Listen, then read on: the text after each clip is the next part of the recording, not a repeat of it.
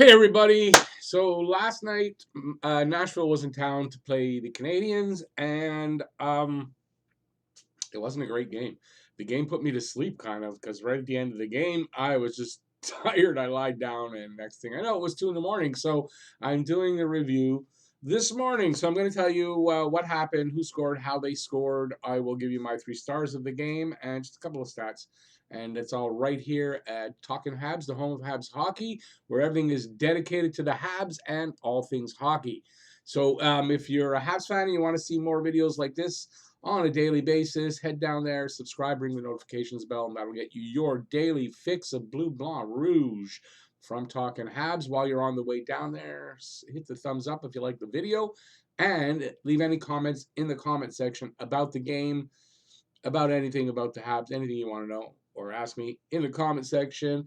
Let's get right to it. First off, they announced during the game that Thomas Tatar will be out indefinitely with an upper body injury. They're not specifying what the injury is, but he's out indefinitely, may miss the rest of the season. So I imagine that's the reason, obviously, for the line changes, because they've changed up the lines drastically, and I would think it's because of that reason.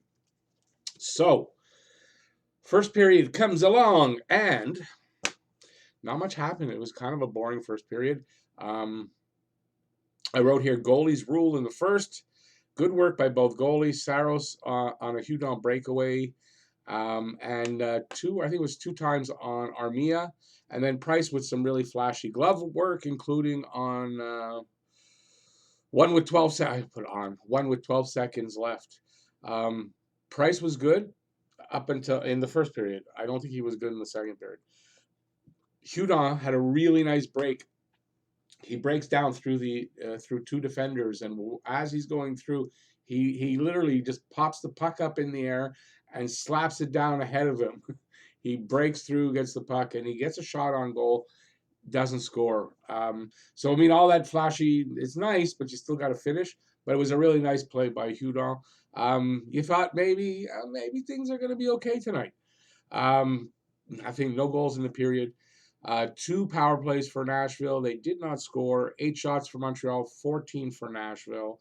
On to the second. And, they put up a stat, I think something like the opposition has outscored Montreal. I think it's like something like 42 to 26 in the second period, something in those lines. And then 51 seconds in, what happens? Johansson gets, or Johansson, I think it's Johansson, gets a pass in the slot from Forsberg, and he fires it past. I thought it was a screened Price at the time, but I don't think, don't remember who it was went in front of him. I don't really think it affected him at all. So Johansson's 14th from Forsberg and Arvidsson, and it's a 1-0.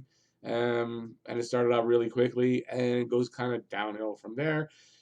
2:57 in, I think that's what I wrote, 2:57, 2-0, because Yarncroc, I think that's how his name is pronounced, Yarncroc fires immediately off the face-off and scores. So the face-off comes, literally the puck just dribbles past, who got the tourist, must have been the guy taking the face-off, just dribbles behind him, and Yarncroc, he grabs it, moves over slightly, and fires, like really quickly. Price, I think, should have been set for that. He wasn't, and it's a goal. It's Yarncroc's 15th from Turris. It's so right here, rough start for Price in this period, and it is 2-0 now. It's only 3 minutes in, and it doesn't look good. 7:46, Armia goes off for tripping, and just over 30 seconds later is a power play goal. Forsberg, who was sitting at 19 goals, leading the Predators. So the Predators did not have a 20-goal scorer until last night, when Forsberg, he scores on a wrist shot from the right face-off circle. It's his 20th from Yossi and Smith, and it's 3-0. And you figure the game's got to be over here. 16 minutes in, Forsberg scores again, and that's all I wrote. Forsberg scores. I told you the game was kind of putting me to sleep a bit, so I didn't really pay attention to it, and I missed the replay. So, yeah. So Forsberg is 21st from Yossi and Ellis.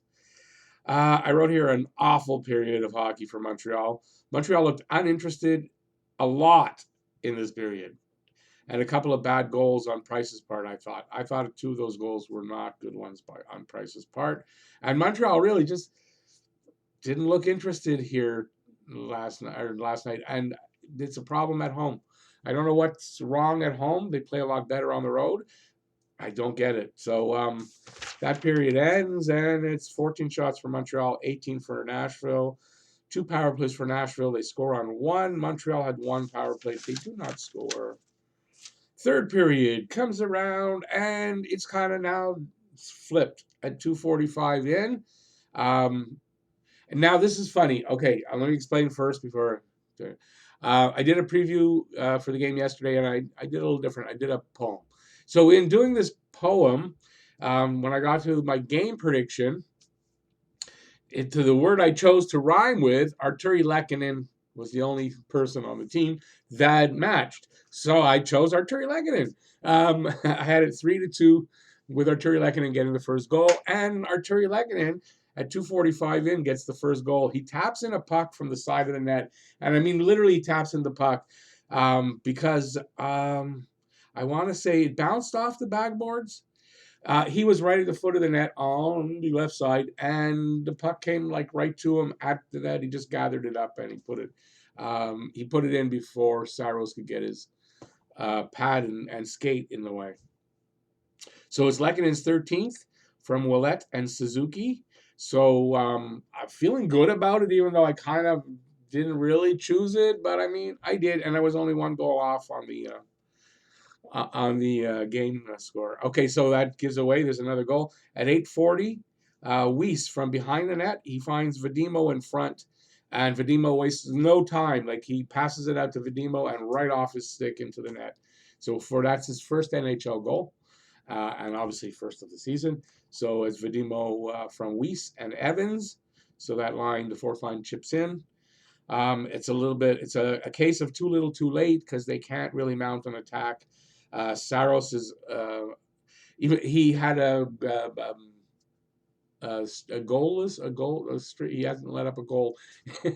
It's 2 games in a row, and then right to so 2 periods plus a little bit. So he continued right after that to be good again, obviously, and they couldn't do anything. They pulled the Price. They couldn't mount anything on that, and yeah, it ends up 4-2 Nashville. I wrote here I was off by 1 goal, but I had Lehkonen for the goal. Just in the oddest way that I probably would not have picked Lehkonen if I wasn't doing that poem. So it's just that odd thing. Like it doesn't really matter who you pick for that. It's just as likely, but it's still fun to do. So 34 shots for Montreal in total. They had 13 in that period, 4 for Nashville. So they put it on. They put the Jets on, but they still couldn't get enough. I mean, 4-0 they were down. It's hard in third period to come back from 4. They had one power play that they did not score on. 34 shots for Montreal, 36 for Nashville. Montreal really came back in shots on goal because Nashville was ahead by a good margin in the first period, and then Montreal started to come back on that. Not very good in the faceoff circle, 38% to Nashville's 62%, and power plays 0 for 2 for Montreal, 1 for 4 for Nashville. 3 stars of the game, 3 Habs stars of the game.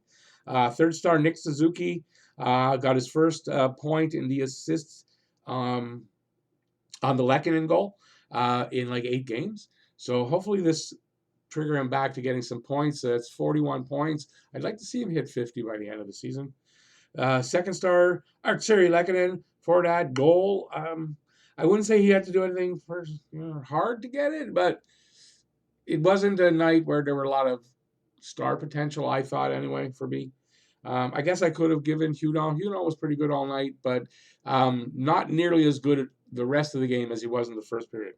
And the first star for me, Vadimo. He got his first NHL goal. And I like Vadimo's game. I like him. I don't know why. Don't know if he'll stick around. Don't know, but I something about him I like, and I was happy to see him get his first goal of the season and of his career. And I guess the next game is Thursday, so tomorrow.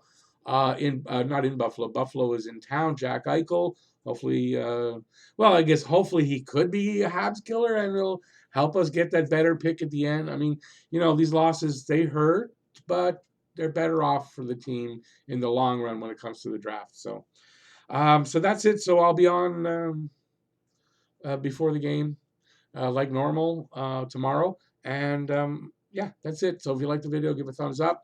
While you're on the way down there, subscribe, ring that notifications bell. That is going to get you your daily fix of Blue Blanc Rouge right here at Talking Habs. And can leave any comments you may have in the comment section below. And that's it. Thanks everybody for watching. I really appreciate it. And peace out, y'all.